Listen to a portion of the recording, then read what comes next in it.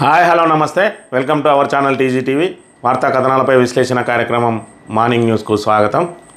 ముందుగా నిన్న జరిగిన పరిణామాలను కనుక పరిశీలించినట్లయితే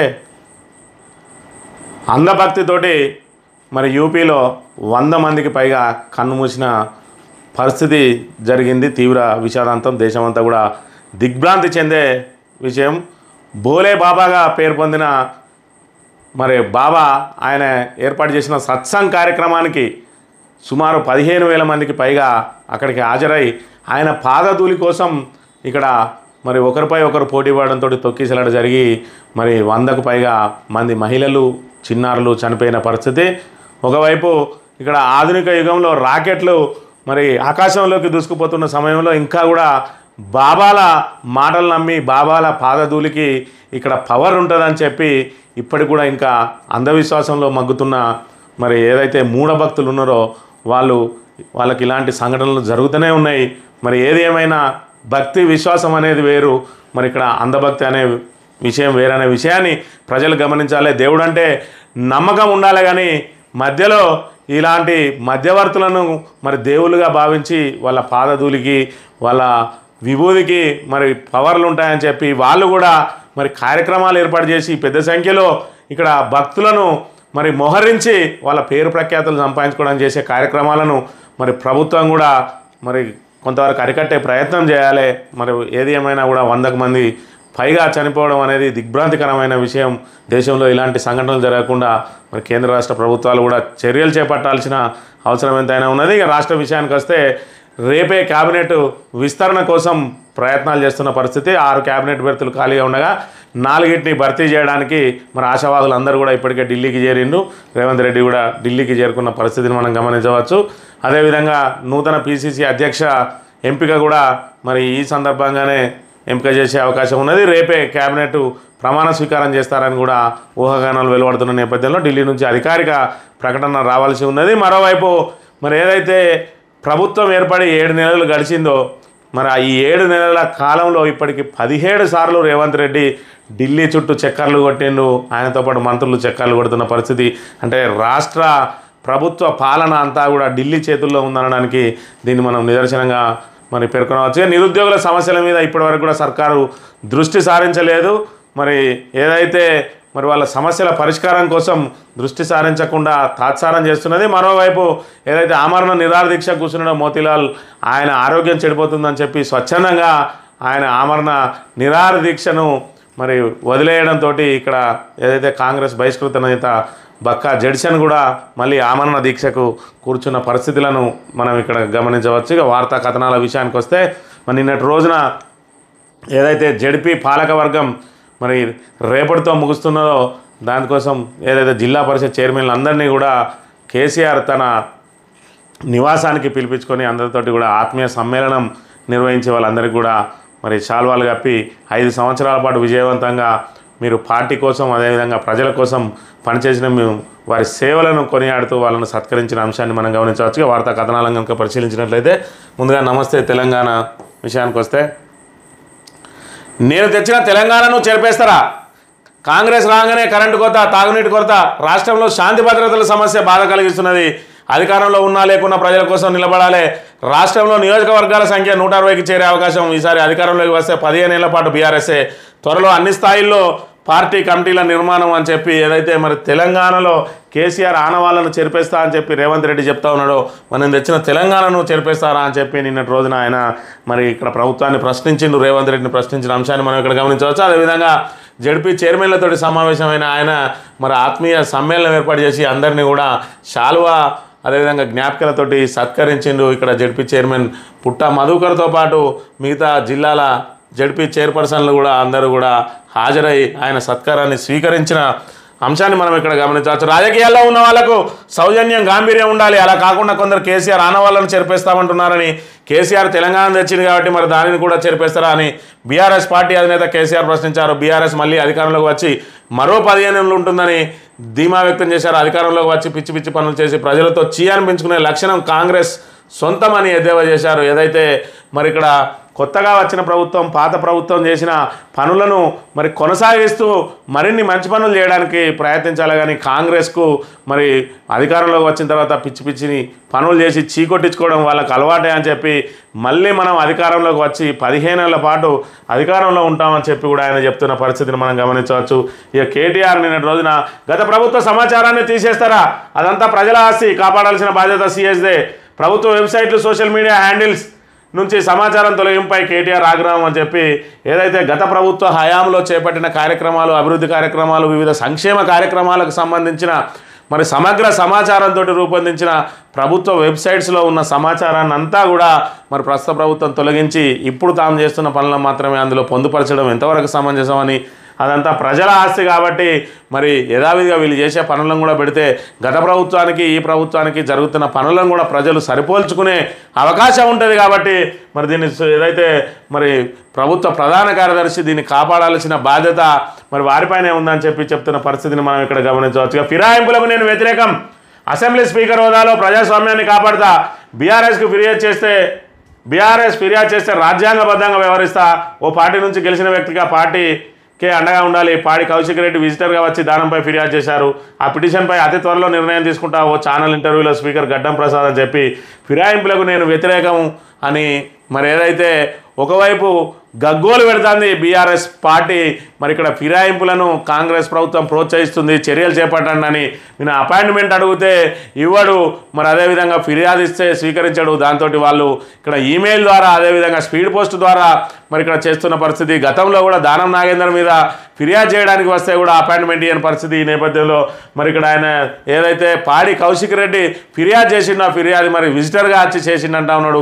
విజిటర్గా వచ్చి చేయాల్సిన అవసరం వాళ్ళకేంది, మీరే అపాయింట్మెంట్ ఇచ్చి మరి ఫలానా రోజు రండి అని చెప్పి ఆహ్వానించినట్టయితే మరి వాళ్ళు వచ్చి అధికారికంగా ఫిర్యాదు చేయడానికి సిద్ధంగా ఉన్నారు.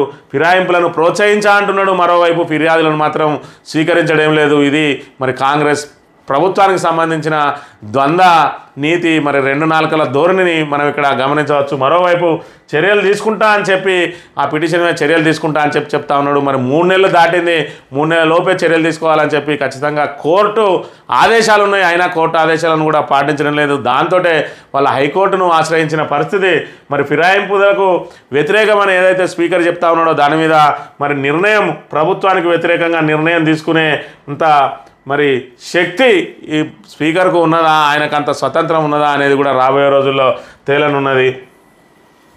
సర్కారు ఉక్కుపాదం, నిరుద్యోగుల డిమాండ్లపై ప్రభుత్వం మంకుపట్టు, మానవీయంగా ఆలోచిస్తే లక్షల మందికి మేలు, ఎన్నికల సమయంలో ఇచ్చిన హామీలే అత్యధికం, అయినా పరిష్కారానికి చొరవ చూపని సర్కార్, పోలీసుల సాయంతో ఆందోళనల అణచివేత అని చెప్పి ఏదైతే మరి గత ప్రభుత్వం మీద నిరుద్యోగులను ఎగదోసి మరి ఏదైతే నిరుద్యోగులను మరి రెచ్చగొట్టి ప్రభుత్వం మరి మీకు ఏదైతే మరి ఉద్యోగాలు ఇవ్వడం లేదు, నోటిఫికేషన్లు వేయడం లేదని చెప్పి పదే వాళ్ళను రెచ్చగొట్టిరు. మేము రాగానే మరి ఏడాది లోపల 2 లక్షల ఉద్యోగాలను మనకు నియామకం చేపడతామన్నారు. అదేవిధంగా ఏదైతే గ్రూప్ 1కు 1:100 పిలుస్తా అన్నారు, జీవో 46 రద్దు చేస్తా అన్నారు, మరి 25,000 మందితోటి మెగా డిఎస్సి చేస్తా అని చెప్పిండు. అదేవిధంగా ప్రతి సంవత్సరం జాబ్ క్యాలెండర్ మరి విడుదల చేస్తామని చెప్పిండు. ఇందులో ఏ ఒక్క అంశాన్ని కూడా పాటించలేదు సరికదా. ఇక్కడ నిరుద్యోగులు ఆందోళనలు చేస్తూ ఉంటే వారి మీద ఉక్కుపాదం మోపుతున్న పరిస్థితి, పోలీసులను అడ్డం పెట్టుకొని ఎక్కడెక్కడ అణచివేస్తున్న పరిస్థితిని మనం ఇక్కడ గమనించవచ్చు. ఇందులో మరి వాళ్ళు ఇచ్చిన హామీలను కనుక అమలు చేస్తే లక్షలాది మందికి మరి అది అనుకూలంగా ఉండే అవకాశం ఉన్నది, వాళ్ళందరూ కూడా సంతృప్తి పడే అవకాశం ఉన్నది. అయినప్పటికీ కూడా కాంగ్రెస్ ప్రభుత్వం ఇచ్చిన హామీని నిలబెట్టుకోవడంలో విఫలమైంది. దాంతో మరి కాంగ్రెస్ ప్రభుత్వం మీద నమ్మకం లేక తన ప్రాణాలకు రక్షణ లేదని చెప్పి నిన్నటి రోజున మరి ఎవరైతే ఆమరణ దీక్ష చేసిండ్రో అత్యంత అంటే ఏదైతే మరి ఇక్కడ ప్రభుత్వ స్పందన లేకపోవడాన్ని బట్టి ఆయనకాయనే ఇక్కడ ఆమరణ నిరాదీక్షను విరమించాల్సి వచ్చింది. అంటే ప్రజల ప్రాణాలను కాంగ్రెస్ ప్రభుత్వం లెక్క చేయదని చెప్పి భావించిన ఆయన తనకు ఖచ్చితంగా ప్రాణహాని ఉందని చెప్పి మరి ఎలాంటి హామీ లేకుండా ఆయన ముందు నేను ప్రాణం కాపాడుకుంటే తర్వాత నేను పోరాటానికి ప్రయత్నం చేస్తా అని చెప్పి అతనే ఆమరణ నిరాదీక్షను విరమించిన పరిస్థితి. అంటే తాను సచ్చే వరకు కూడా ప్రభుత్వం స్పందించదని భావించిండు మోతీలాల్. మరి దాంతో ఆయన ఇక్కడ దీక్షను విరమించిన అంశాన్ని కూడా మనం ఇక్కడ గమనించవచ్చు. ఆర్టీసీలో 3035 కొత్త కొలువులు, టీజీపీఎస్సీ ద్వారా నియామకాలు. తెలంగాణ రాష్ట్ర రోడ్డు రవాణా సంస్థలో ఖాళీగా ఉన్న 3035 పోస్టులు భర్తీ చేసేందుకు ప్రభుత్వం అనుమతించింది. ఆర్టీసీ ఉన్నతాధికారుల ప్రతిపాదనలు పంపిన అన్ని పోస్టుల భర్తీకి గ్రీన్ సిగ్నల్ ఇచ్చింది. 2000 డ్రైవర్, 743 శ్రామికు, 114 డిప్యూటీ సూపరింటెండెంట్, మెకానిక్, 84 డిప్యూటీ సూపరింటెండెంట్లు, మొత్తం 3035 మరి భర్తీలను పోస్టులను భర్తీ చేసేందుకు మన ఇక్కడ గ్రీన్ సిగ్నల్ ఇచ్చినట్టుగా ప్రధానంగా ప్రచురించింది. 10,000 మంది టీచర్లు పాత స్థానంలోనే బదిలీలైన సెప్టెంబర్ దాకా రిలీవ్ లేనంటే సెకండ్ గ్రేడ్ టీచర్లకు తీరని నష్టం అని చెప్పి ఆల్రెడీ హడావిడిగా బదిలీలు చేసిండ్రు.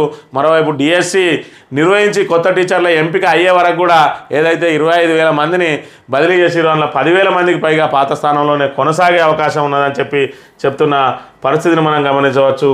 ఇక్కడ విలీన గ్రామాలను వెనక్కి తీసుకురండి, సీఎం రేవంత్కు మంత్రి తుమ్మల లేఖ అని చెప్పి ఏపీలో విలీనమైన ఎటపాక, గుండాల, పురుషోత్తమపట్నం, కన్నాయిగూడెం, పిచ్చుకులపాడు గ్రామ పంచాయతీలను భద్రాచలంలో కలిపేలా చర్యలు తీసుకోవాలని సీఎం రేవంత్ రెడ్డి మంత్రి తుమ్మల నాగేశ్వరరావు లేఖ రాసిండు. ఒకవైపు మంత్రి మరి సీఎంకు లేఖ రాసిండు, మరోవైపు 7 మండలాల సంగతి ముందు తేల్చండి అని చెప్పి ఇక్కడ ఆ తర్వాతే చంద్రబాబుతో చర్చించాలి, బాబుపై ఒత్తిడి తెస్తే మనకు వస్తాయి, కాంగ్రెస్ పాలనలో పల్లెల అధ్వానం, పారిశుద్ధ్యం లేక రోగాల విజృంభణ, రైతు ఆత్మహత్యపై విచారణ జరపాలి, సిద్దిపేట ఎమ్మెల్యే హరీష్ రావు డిమాండ్ అని చెప్పి ఇక్కడ మరి ఏదైతే 6వ తేదీన గురు శిష్యులు ఇద్దరు కలవబోతా ఉన్నారో ఆయన గురువు రాసిన లేఖకు శిష్యుడు నిన్న స్పందించిండు.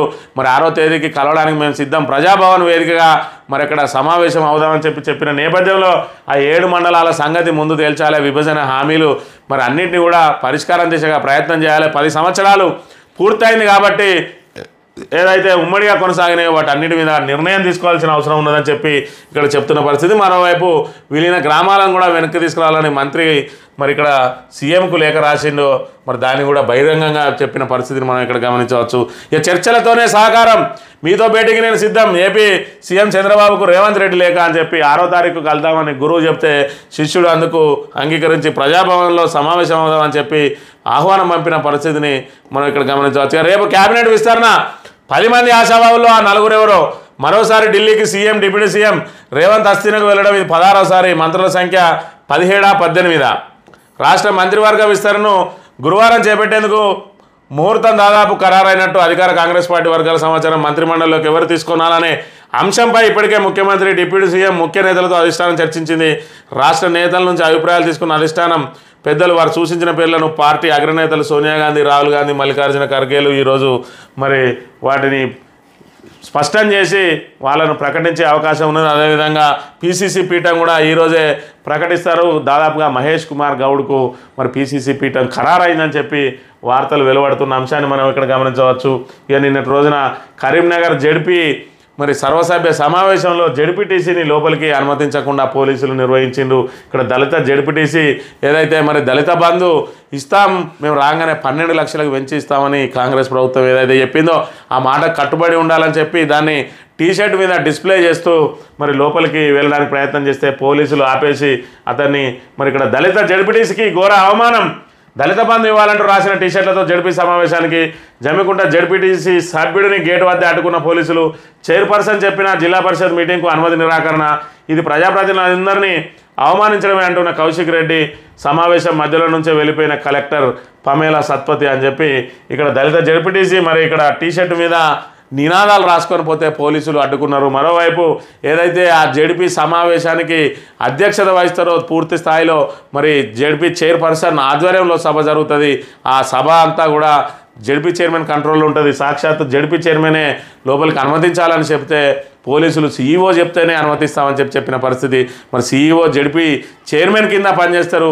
మరి సీఈఓకు మరి లోపలికి అనుమతించాలని చెప్పినా కూడా సీఈఓ మరి అక్కడ నోరు పెగలకుండా నోరు మూసుకున్న పరిస్థితి. అంటే ప్రభుత్వానికి భయపడి ఆయన మరి ఎలాంటి ఆదేశాలు ఇవ్వకుండా ఈరోజు ఒక దళిత జడ్పీటీసీని అవమానించిందని చెప్పి ప్రధానంగా ప్రచురించింది. ఇక తెలంగాణ దినపత్రికను పరిశీలించినట్టయితే రైతులు చంపిన ప్రభుత్వం కన్నీళ్లు తెప్పిస్తున్న ఖమ్మం రైతు సెల్ఫీ వీడియో.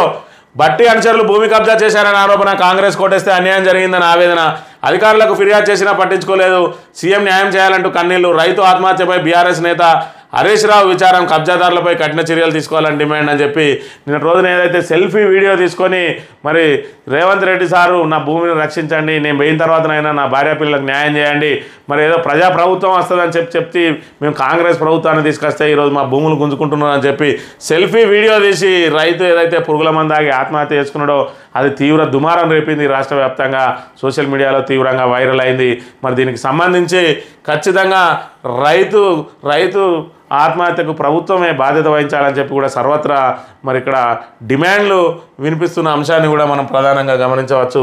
ఇక ప్రజలను కాంగ్రెస్ విస్మరించింది, అధికారం ఇస్తే పిచ్చి చేష్టలు చేస్తున్నారు, జనమే వాళ్ళను అంటారు, రాష్ట్రంలో అన్ని ఇబ్బందులే, కొంచెం ఓపిక పట్టండి, స్థానిక ఎన్నికల్లో కష్టపడండి, జడ్పీ చైర్మన్ల సమావేశంలో కేసీఆర్ అని చెప్పి నిన్నటి రోజున జడ్పీ చైర్మన్లతోటి ఏదైతే మరి 5వ తేదీతోటి వాళ్ళ పదవీ కాలం ముగియబోతా ఉన్నదో దానికి సంబంధించి మరి ఆత్మీయ సమ్మేళనం నిర్వహించి మరి 5 సంవత్సరాల పాటు మీరు చేసిన సేవలు మరి సమర్థనీయం, అదేవిధంగా పార్టీ పటిష్టత కోసం కూడా కష్టపడ్డా మీరు అందరూ మళ్ళీ స్థానిక సంస్థలలో కష్టపడండి, రాబోయే రోజులలో మరో 15 ఏళ్ల పాటు బీఆర్ఎస్ అధికారంలోకి ఉంటుందని చెప్పి వాళ్ళందరికీ చెప్పిన పరిస్థితిని మనం ఇక్కడ గమనించవచ్చు.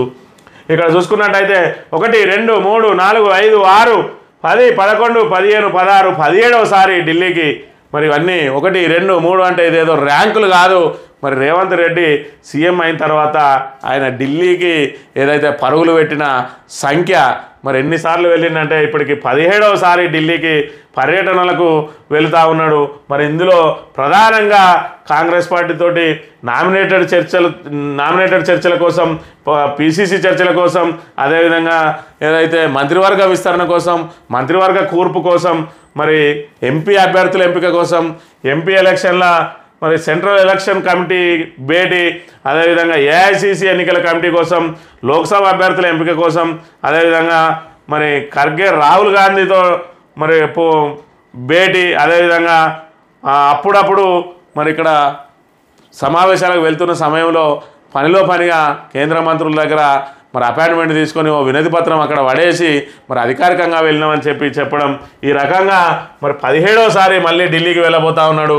ఏదైతే అధికారంలోకి వచ్చాక రేవంత్ రెడ్డి ఢిల్లీ పర్యటనలు నేను మరోసారి అస్థిరకు ముఖ్యమంత్రి, అత్యధిక సార్లు సొంత పనులు, పార్టీ కోసమే, రాష్ట్ర ప్రయోజనాల కన్నా స్వప్రయోజనాలే మిన్న, ఒక్కోసారి పర్యటనకు దాదాపు 2 నుంచి 5 కోట్ల ఖర్చు, కోట్లాది రూపాయల ప్రజాధనం ఢిల్లీ పర్యటనలకే ఖర్చు అని చెప్పి ఇక్కడ ప్రధానంగా ప్రచురించింది. ఏదైతే ప్రజాధనాన్ని మరి పరిరక్షిస్తామని, అనవసర ఖర్చులు తగ్గిస్తామని చెప్పిన రేవంత్ రెడ్డి ప్రభుత్వం ఈరోజు తుమ్మిదే తగ్గితే ఢిల్లీకి వెళ్ళాల్సిన పరిస్థితి నెలకొన్నది. అదే చెప్తారు కేసీఆర్ పదే మన ఆత్మగౌరవాన్ని ఢిల్లీకి తాకట్టు పెట్టుకొని బతకడం అవసరం. ఇలా బీజేపీ అయితేంది, అదేవిధంగా కాంగ్రెస్ అయితేంది, మరి పాలన పగ్గాలన్నీ ఢిల్లీ చేతిలో ఉంటాయి. మరి మన పార్టీ, మన తెలంగాణ కోసం పుట్టిన బీఆర్ఎస్ పార్టీ అయితే మనం ఇక్కడ హైదరాబాద్ కేంద్రంగా పాలన చేసుకుంటామని చెప్పిన నేపథ్యంలో 7 నెలల్లో 17 సార్లు ముఖ్యమంత్రి ఢిల్లీ పర్యటన బాట పట్టిందంటే రాబోయే 4.5 ఏళ్లలో ఇంకెన్ని వందల సార్లు మరి ఇక్కడ ఢిల్లీ బాట పట్టాలనే అంశాన్ని కూడా ప్రజలందరూ గమనించాల్సిన అవసరం ఉన్నది. పల్లెల్లో పాలన పడికేసింది, ప్రభుత్వం మొద్దు నిద్రపోతుంది. 7 నెలల్లో పల్లెలకు నయా పైసా రాలేదు, పంచాయతీ సిబ్బందికి జీతాలు లేవు, మా పాలనలో పల్లెలు దేశానికి ఆదర్శంగా నిలిచాయి, పల్లెలకు అవార్డులు తెచ్చామని చెప్పి మరి గత ప్రభుత్వ హయాంలో చూసుకున్నట్టయితే జాతీయ స్థాయి అవార్డులలో మరి 29 రాష్ట్రాలలో పూర్తి స్థాయిలో మరి తెలంగాణకి అత్యధిక జాతీయ స్థాయి అవార్డులు వచ్చిన అంశాన్ని మనం ఇక్కడ గమనించవచ్చు. హరితహారం అయితేంది, పారిశుద్ధ్య నిర్వహణ అయితేంది, అదేవిధంగా శ్మశాన వాటికల ఏర్పాటు అయితేంది, అదేవిధంగా సెగ్రిగేషన్ షెడ్లు అయితేంది, మరి ఖచ్చితంగా నీటి నిర్వహణ, మరి ట్యాంకులతోటి ఇక్కడ చెత్త సేకరణ, ట్రాక్టర్లతో చెత్త సేకరణ, ట్యాంకులతోటి మరి మొక్కలకు నీళ్లు, తాగునీరు, అదేవిధంగా మిషన్ భగీరథతోటి ఇంటింటికి మంచినీళ్ళతోటి మరి పల్లెలన్నీ కూడా విరజిల్లినాయి. ఈరోజు అవన్నీ కూడా నిధుల కొరతతోటి, అదేవిధంగా మరి ఇక్కడ ప్రజాప్రతినిధులు లేక స్థానిక సంస్థలకు ఏదైతే సర్పంచ్ల పదవీ కాలం మిగడంతో మరి ఇక్కడ గ్రామాలన్నీ కంపు కొడుతున్న పరిస్థితి. మరోవైపు కేంద్రం నుంచి కానీ రాష్ట్రం నుంచి కానీ మరి గ్రామ పంచాయతీలకు నిధులు లేవు. మరి ఇక్కడ ప్రత్యేక అధికారులు పట్టించుకున్న పాపాన పోవడం లేదు. వాళ్ళు ఎట్టి పరిస్థితుల్లో జేబుల నుంచి అయితే డబ్బులు పెట్టే అవకాశం లేదు. మరి ఇక్కడ సిబ్బందికే జీతాలు ఇవ్వలేని పరిస్థితి 7 నెలలుగా మరి ఇక్కడ పారిశుద్ధ్య సిబ్బందికి జీతాలు లేక పల్లెల్లో పాలన మొత్తం పడికేసింది. ఏకదం ఒకటేసారి మరి రాష్ట్రంలో ఏదైతే పల్లెలే పట్టుకొమ్మలు అన్నట్టుగా పచ్చగా మరి వెలిగిన పల్లెలన్నీ ఇప్పుడు మోడుబారుతున్న పరిస్థితిని మనం ఇక్కడ గమనించవచ్చు. ఇక మేడిగడ్డకు సంబంధించిన వార్తను పరిశీలించినట్టయితే మేడిగడ్డ రిపేర్లు పూర్తి, భారీగా వరద నీటి ప్రవాహం, 85 గేట్లు ఎత్తి దిగువకు వరద నీరు విడుదల, రిపేర్లు చేసినా పనికిరావంటూ గతంలో మంత్రి విమర్శలు. మేడిగడ్డ పనికే రాదన్న కాంగ్రెస్ మంత్రులు నేడు వరద ప్రవాహాన్ని తట్టుకుంటూ టీవీగా నిలబడ్డ మేడిగడ్డ బ్యారేజ్.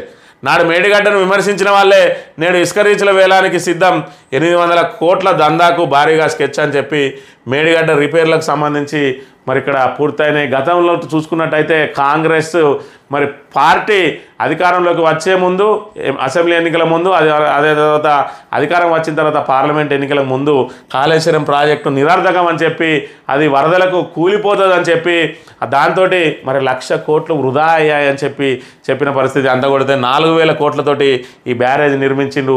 ఈ బ్యారేజ్ మొత్తం కుప్పగొలినా కూడా 4,000 కోట్లకు మించదు. అదేవిధంగా ఏదైతే ఆ 3 పిల్లర్లు గుంగినాయో ఆ బ్లాక్ తీసేసినా కూడా 300 కోట్లకు మించదు. మరోవైపు ఏదైతే నిర్మాణ సంస్థ ఉన్నదో అది ముందే ఆ రిపేర్ల బాధ్యత మాదే అని చెప్పినప్పటికీ కూడా ఇన్ని రోజులు సుమారు 7 నెలల పాటు విస్మరించిండు దాని రిపేర్లను.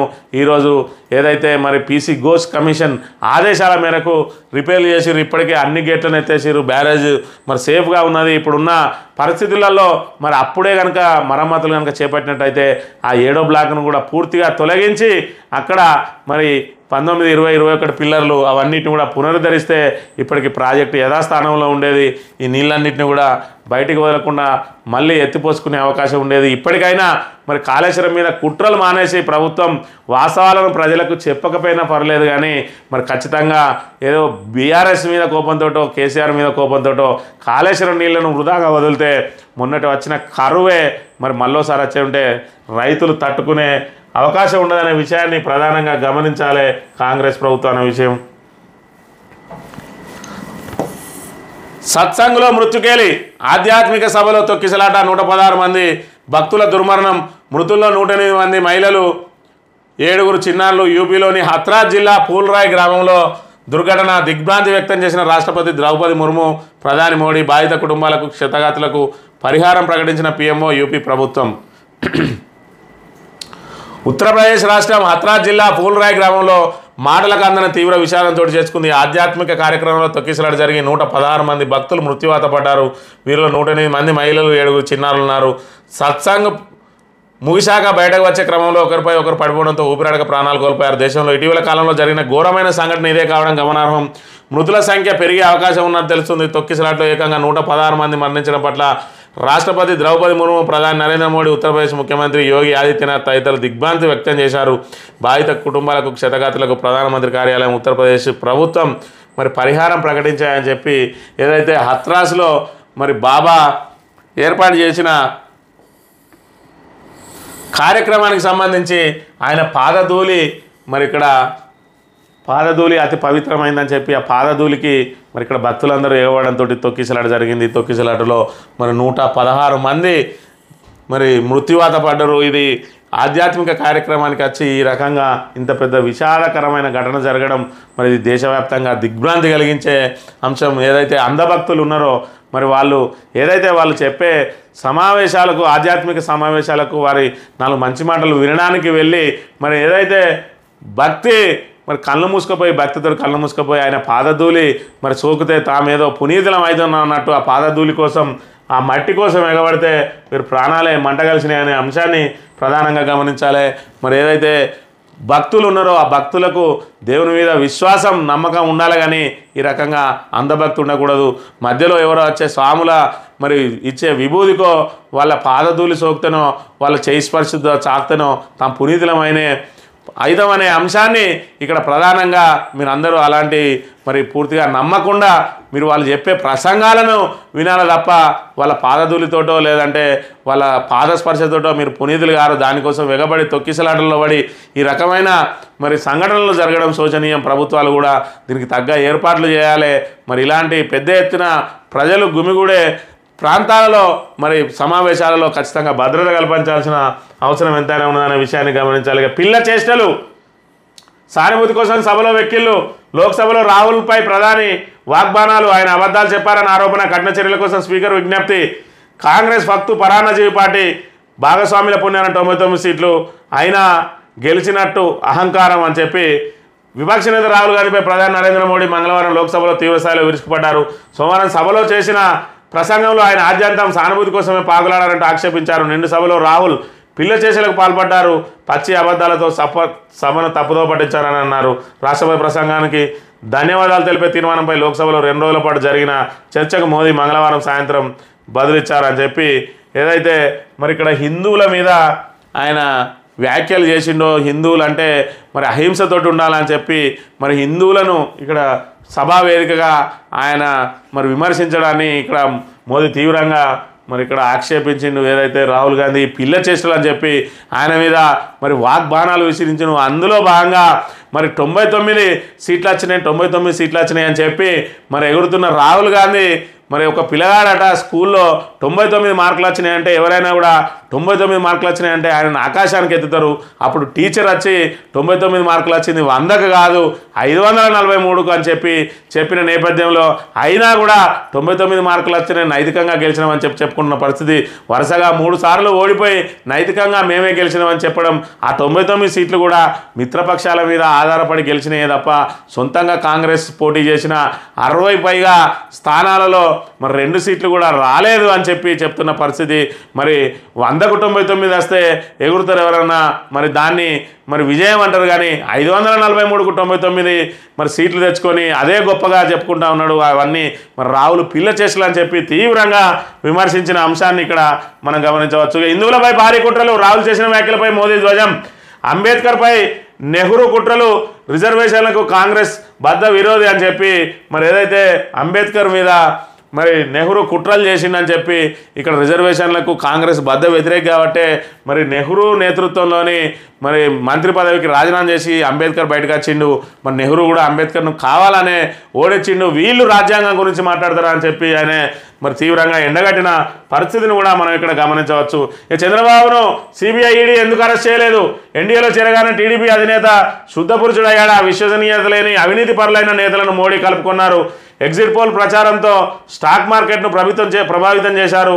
లోక్సభలో టీఎంసీ ఎంపీ కళ్యాణ్ బెనర్జీ అని చెప్పి మరి చంద్రబాబును సిబిఐ ఈడీ ఎందుకు అరెస్ట్ చేయలేదని చెప్పి మరి ఆయన ఎన్డీఏలో చేరంగానే పునీతుడైందా?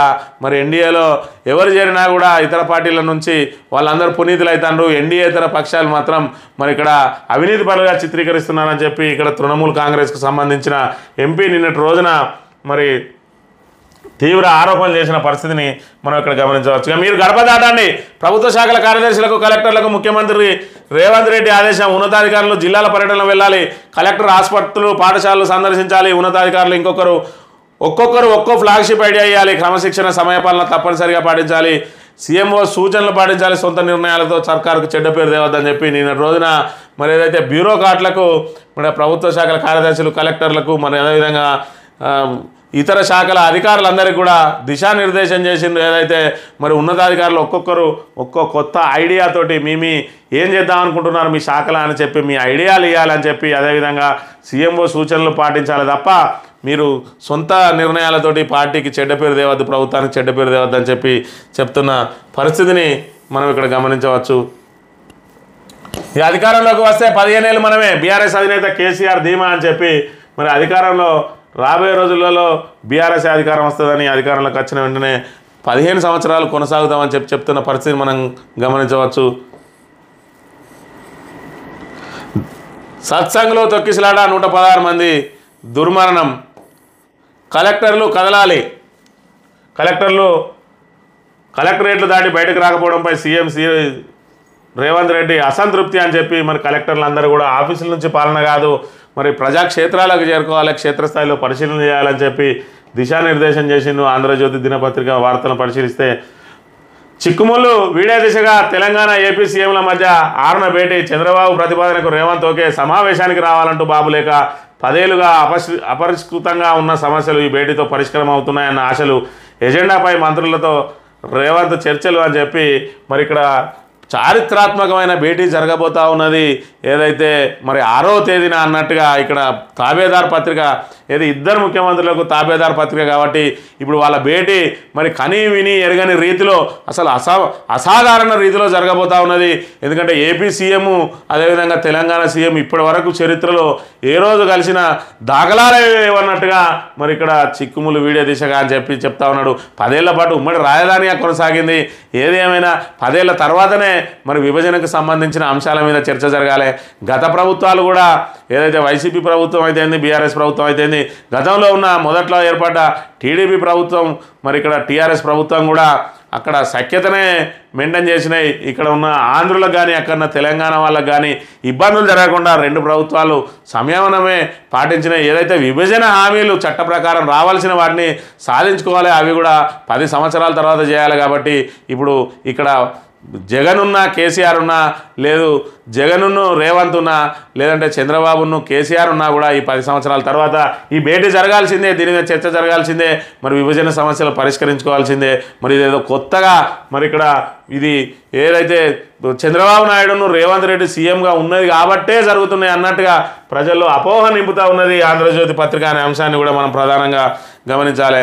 ఇక బ్యారేజీలపై అబద్ధాలు, విచారణ తప్పుదోవ పట్టేలా ఇరిగేషన్ అధికారుల కుమ్మక్కు, కమిషన్కి ఇచ్చిన అఫిడవిట్లలో కారణానికి కీలకాంశాలు, గతంలో చక్రం తిప్పిన వారే ఇప్పటికీ ముఖ్య స్థానాల్లో, వారి సూచనల మేరకే అధికారుల వైఖరి, మంత్రి ఆదేశించిన సమగ్ర సమాచారం ఇచ్చేందుకు నో అని చెప్పి ఒక దిక్కు మరి మేడిగడ్డ రిపేర్లన్నీ పూర్తయిపోయి మరి యథావిధిగా అందులో నుంచి ప్రవాహం పోతూ ఉన్నది. కాళేశ్వరం బ్యారేజ్కు ఎలాంటి ఇబ్బంది లేదు అని చెప్పి ఇక్కడ మరి వార్తలు వెలువడుతున్న నేపథ్యంలో ఇంకా విషయం చెబుతూ ఉన్నది. ఏదైతే మరి కాంగ్రెస్ పార్టీ బ్యారేజ్ మీద ఆరోపణలు చేసిందో మరి అదంతా కూడా కాంగ్రెస్ పార్టీకి ఇప్పుడు ఇబ్బందులు జరిగే అవకాశం ఉన్నాయి. కాబట్టి దాన్ని కవర్ చేసే వార్త ఈ తాబేదార్ పత్రిక రాసింది.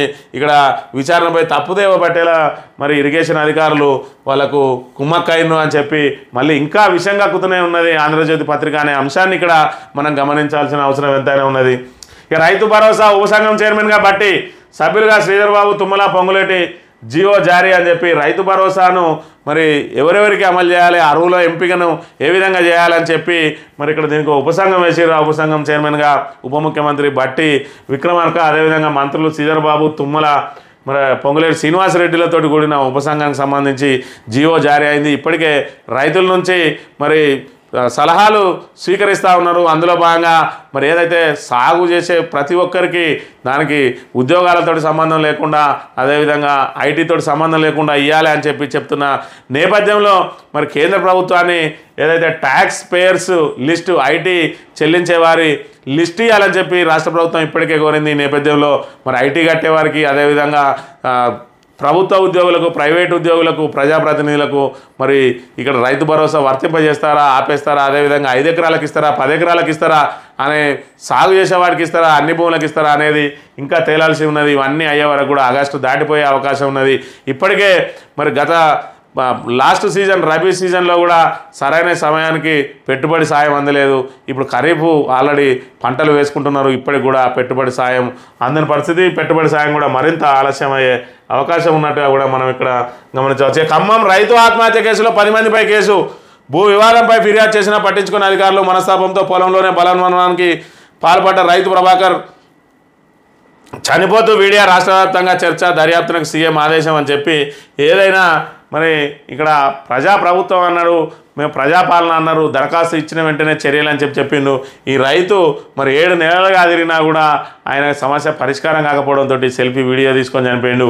ఇప్పుడు చేతులు కాలినాక ఆకులు పట్టుకున్న చందంగా ఆత్మహత్య అయిపోయిన తర్వాత 10 మంది మీద కేసులు నమోదు చేసిండు అని చెప్పి, అదేవిధంగా ఫిర్యాదు చేసినా కూడా అధికారులు పట్టించుకోలేదని చెప్పి మరి వాళ్ళ తాబేదార్ పత్రికనే ప్రచురించిందంటే పరిస్థితి ఏ విధంగా ఉన్నదనే అంశాన్ని కూడా మనం ఇక్కడ గమనించవచ్చు. వినూత్న ఆలోచనలతో ముందుకు రండి, ప్రజలకు జవాబుదారీగా ఉండాలి, రాష్ట్రాన్ని ఆదర్శంగా తీర్చిదిద్దాలి, ఉన్నతాధికారులకు సీఎం రేవంత్ రెడ్డి ఆదేశం అని చెప్పి మీ వ్యక్తిగతంగా మీరు ఏదైనా కొత్త ఇంప్లిమెంట్ చేయాలనుకుంటే ఆలోచనలు ఏమన్నా ఉంటే ఆ ఆలోచనలు మరి ఒక్కొక్కరు ఒక్కో ఆలోచనతో రావాలి. మీ శాఖలో ఏ విధంగా నూతనంగా ప్రవేశపెట్టాలనుకుంటున్నారో నూతన అంశాలను మరి ఒక్కొక్కరు వినూత్న ఆలోచనలతో రండి అని చెప్పి పిలిచిన పరిస్థితి. అదేవిధంగా డబ్బులు ఇచ్చి పోస్టింగ్ ప్రయత్నిస్తే వేటు తప్పదు, అలాంటి పోలీసులను ఏసీబీ, విజిలెన్స్ వెంటాడుతాయి. పోలీసు ఉన్నతాధికారులకు సీఎం రేవంత్ రెడ్డి హెచ్చరిక. డ్రగ్స్ సైబర్ నేరాల నియంత్రణలో భాగం కావాలని సినీ పరిశ్రమకు పిలుపు. మరి డబ్బులు ఇచ్చి పోస్టింగ్లకు ప్రయత్నిస్తే వేటు తప్పదంటా ఉన్నాడు. మరి ఎమ్మెల్యేలు అదేవిధంగా ఎంపీలు లేదంటే వాళ్ళ ప్రజాప్రతినిధులు కాంగ్రెస్ ప్రజాప్రతినిధులు ఎవరిని ప్రతిపాదిస్తే వారినే ఇక్కడ మరి పోస్టింగ్లు ఇచ్చే అవకాశం ఉంటుంది. మరి వాళ్ళు డబ్బులు ఇచ్చి వచ్చిందా మరి లేదంటే ఫ్రీగా వచ్చిర్రా అనే అంశాన్ని మరి ప్రభుత్వం ఏ విధంగా తెలుస్తుంది. ఒకవేళ నిజంగానే డబ్బులు ఇచ్చేస్తే మరి వాళ్ళ మీద వేటేస్తే వాళ్ళను తీసుకొచ్చిన ప్రజాప్రతినిధిని మరి ఆయన మీద ఏం చర్యలు తీసుకుంటారు అనేది కూడా చెప్పాల్సిన అవసరం రేవంత్ రెడ్డి మీద ఉంటుంది. రాహుల్ని పిల్ల చేష్ట సానుభూతి కోసం కొత్త నాటకాలు, అంబేద్కర్ని ఓడించిన చరిత్ర కాంగ్రెస్ అని చెప్పి నిన్న సభలో తీవ్రంగా దుయ్యబట్టిండు నరేంద్ర మోడీ. మరి ఇక్కడ రాహుల్ గాంధీ అనే అంశాన్ని ఇక్కడ ప్రధానంగా ప్రచురించింది. బర్డ్ వాచింగ్, నైట్ క్యాంపింగ్, మధ్యలో బోటింగ్, ప్రకృతి పర్యాటకానికి ప్రభుత్వం కసరత్తు. అటవీ జలవనరుల ప్రాంతాల్లో అభివృద్ధి 3-4 ప్రాంతాల్లో కలిపి ఓ సర్క్యూట్ నోడల్ ఏజెన్సీగా TGFDC అని చెప్పి ఏదైతే మరి పర్యాటక ప్రాంతాన్ని అభివృద్ధి చేయడానికి అటవీ ప్రాంతంలో అదేవిధంగా జలవనరులు ఉన్న ప్రాంతంలో ఏదైతే కుంటాల జలపాతం అయితేంది, బోత జలపాతం అయితేంది, లక్నవరం లాంటి చెరువులు ఉన్న కాడ అయితేంది, పాకాల చెరువులు ఉన్న దగ్గర అయితేంది, వాటన్నింటినీ 3-4 ప్రాంతాలను కలిపి ఒక సర్క్యూట్గా ఏర్పాటు చేసి అక్కడి నుంచి పర్యాటకాన్ని అభివృద్ధి చేయడానికి ప్రభుత్వం కసరత్తు చేస్తూ ఉన్నది. మరి దాని ద్వారా కూడా ప్రభుత్వానికి ఆదాయం పెంచడంతో పాటు పర్యాటక రంగాన్ని అభివృద్ధి చేయడానికి ప్రయత్నం చేస్తూ ఉన్నదని చెప్పి ఇక్కడ ప్రధానంగా ప్రచురించింది ఈనాడు దినపత్రిక. ఇక స్థానిక వార్తల విషయానికి వస్తే కేసీఆర్ ఆత్మీయ సమావేశంలో మన జడ్పీ అధ్యక్షులు అని చెప్పి ఇక్కడ పెద్దపల్లి జిల్లా పరిషత్ చైర్మన్ పుట్ట మధుకర్ దంపతులను ఇక్కడ కేసీఆర్ సన్మానిస్తున్న దృశ్యం. అదేవిధంగా జగిత్యాల సిరిసిల్ల జడ్పీ చైర్మన్లు దావ వసంత సురేష్ అదేవిధంగా నేలకొండ అరుణ రాఘవరెడ్డిలకు సంబంధించి మరి వాళ్ళ కుటుంబ సభ్యులను కూడా నిన్న శాలువా పూలమాలతోటి సత్కరించి జ్ఞాపికలు అందజేసిండు. మరి కేసీఆర్ ఏదైతే వీళ్ళ పదవీ కాలం ముగుస్తూ ఉన్నదో వీళ్ళతో ఆత్మీయ సమ్మేళనం నిర్వహించింది. నిన్న రోజున జడిపి సర్వసభ్య సమావేశం చివరి సమావేశం కరీంనగర్కు సంబంధించి జరిగింది. గరం ప్రశ్నల వర్షం దద్దరిల్ల కరీంనగర్ జడిపి చివరి సర్వసభ్య సమావేశం. ఆద్యంతం బీఆర్ఎస్ కాంగ్రెస్ సభ్యుల మధ్య వాగ్వాదం. డీఓను సస్పెండ్ చేయాలని పట్టుబట్టిన ఎమ్మెల్యే కౌశిక్ రెడ్డి సభ్యులతో కలిసి పోడియం వద్ద నిరసన తీర్మానం. దళిత జడ్పీటీసీ చైర్పర్సన్ అవమానించారనే ఆందోళన. పరస్పరం దూషణలతో గందరగోళం. 2వ సెషన్కు హాజరైన మంత్రి పొన్నం ప్రభాకర్ జడ్పీ సభ్యులు ఎంపీపీలకు సన్మానం అని చెప్పి సన్మానాలు సత్కారాలతో సాఫీగా సాగాల్సిన జడ్పీ చివరి సర్వసభ్య సమావేశం ఎన్నడూ లేనంత వాడివేడిగా సాగింది. బీఆర్ఎస్ సభ్యుల ప్రశ్నల వర్షం అధికారుల నిలదీతతో దద్దరిల్లిపోయింది.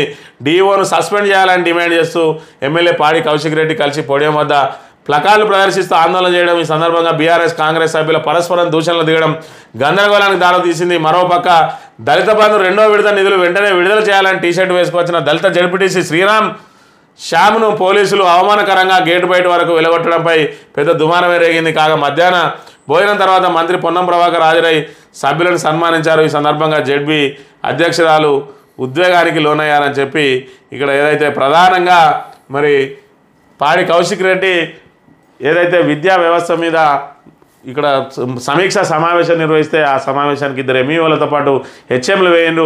దానికి సంబంధించి మరి ఈ సమీక్షకు హాజరైన వాళ్ళ మీద చర్యలు తీసుకోవాలని చెప్పి అక్కడ కాంగ్రెస్ ఇన్ఛార్జి ప్రణవ్ మరి ఇక్కడ డీఓకి ఫిర్యాదు చేస్తే డీఓ వాళ్ళకు షోకాజ్ నోటీసులు ఇచ్చి వాళ్ళని రిటైన్ చేసిండు. దీని మీద మరి ఇక్కడ పాడి కౌశిక్ రెడ్డి నిన్న సభలో తీవ్ర ఆగ్రహం వ్యక్తం చేసిండు. డీఓను వెంటనే సస్పెండ్ చేయాలని ఒక ఎమ్మెల్యేగా తనకు మరి అన్ని శాఖల మీద సమీక్ష నిర్వహించే హక్కు ఉంటుందని మరి ఈ రకంగా డీఓ ఎట్లా చర్యలు తీసుకుంటారు దీని మీద ఖచ్చితంగా డీఓ మీద మీరు చర్యలు తీసుకునే పక్షంలో మరి ఇక్కడ ఏదైతే ప్రివిలేజ్ మోషన్ ప్రవేశపెడతాం మరి స్పీకర్కు ఫిర్యాదు చేస్తాం. స్పీకర్ కూడా పట్టించుకోకపోతే హైకోర్టు వరకైనా వెళ్ళి మరి హక్కులను కాపాడుకుంటామని చెప్పి ఆయన డిమాండ్ చేసిన పరిస్థితి మనం గమనించవచ్చు. నిన్నటి రోజున జడ్పీటీసీలు అందరూ కలిసి మరి ఇక్కడ ఆత్మీయ సమావేశంలో మరి ఆత్మీయ సత్కారం కూడా జరిగింది. వీళ్ళందరినీ కూడా మరి మంత్రి పొన్నం ప్రభాకర్తో పాటు ఎమ్మెల్యే పాడి కౌశిక్ రెడ్డి అందరినీ సన్మానించిన అంశాన్ని కూడా మనం ఇక్కడ గమనించవచ్చు.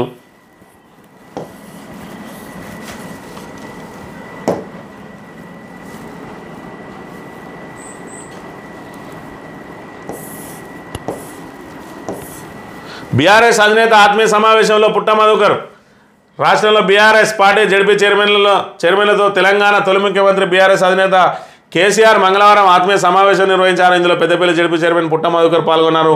5 ఏళ్ల పదవీ కాలాన్ని విజయవంతం చేసుకున్న సందర్భంగా బీఆర్ఎస్ పార్టీ జడ్పీ చైర్మన్ల అందరికీ కేసీఆర్ శుభాకాంక్షలు తెలిపారు. అధికారంలో ఉన్నా లేకున్నా ప్రజల కోసం పనిచేసే వాళ్ళే నిజమైన నాయకులు అన్నారు. 10 ఏళ్ల బీఆర్ఎస్ పాలనలో తెలంగాణ అన్ని రంగాల్లో అభివృద్ధి చేశామని కేసీఆర్ గుర్తు చేశారు. రానున్న రోజుల్లో బీఆర్ఎస్ అధికారమని జడ్పీ చైర్మన్లకు కేసీఆర్ వివరించారు.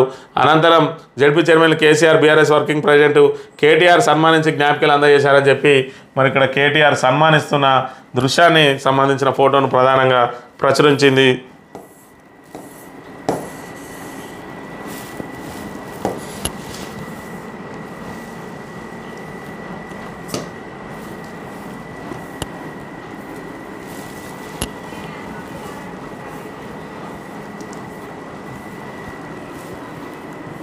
సీఎండీకి ఫిర్యాదు.